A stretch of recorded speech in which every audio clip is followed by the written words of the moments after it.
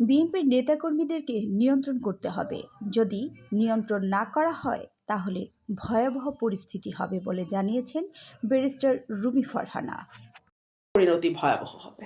আমি যখন ফুল দিতে গেলাম 12টা 1 মিনিটে ফুল দেওয়ার কথা এবং ওয়ারেন্ট অফ প্রেসিডেন্স অনুযায়ী আমি সবচেয়ে আগে ফুল দেব নির্বাচিত সংসদ সদস্য হিসেবে। কিন্তু আনফরচুনেটলি দেখা গেল বিএনপির কিছু লোক তারা সেখানে রীতিমতো হামলা চালায়, আমার নেতাকর্মীদের উপরে হামলা চালায়, আমাকে এক পাশে মানে ধাক্কা দিয়ে ফেলে দেওয়ার মতন অবস্থা তৈরি হয়।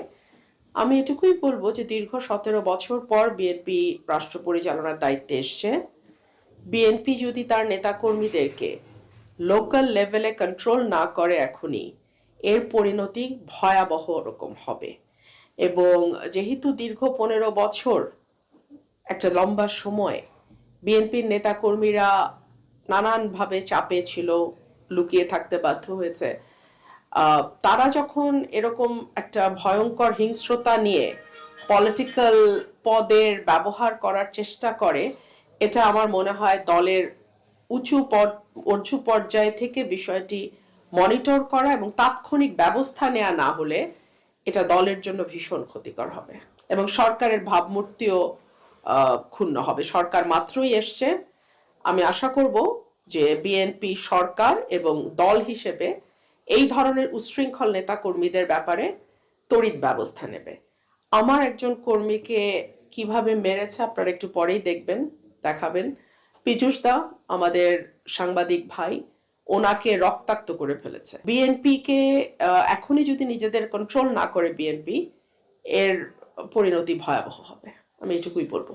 এটা একেবারেই পূর্ব পরিকল্পিত হামলা এবং উপজেলার নেতারা এবং সেখানে কিন্তু উপজেলার প্রেসিডেন্ট সেক্রেটারি ছিল না, আমরা কিন্তু উপজেলা প্রেসিডেন্ট সেক্রেটারিকে দেখি নাই। এখানে গুন্ডা প্রকৃতির একটা লোক, উনি এই হিসাবে এভাবে এলাকায় এভাবেই পরিচিত, সেই লোকের নেতৃত্বে কিছু উচ্ছৃঙ্খল ছেলে পেলে তারা গিয়ে হামলাটা চালায়।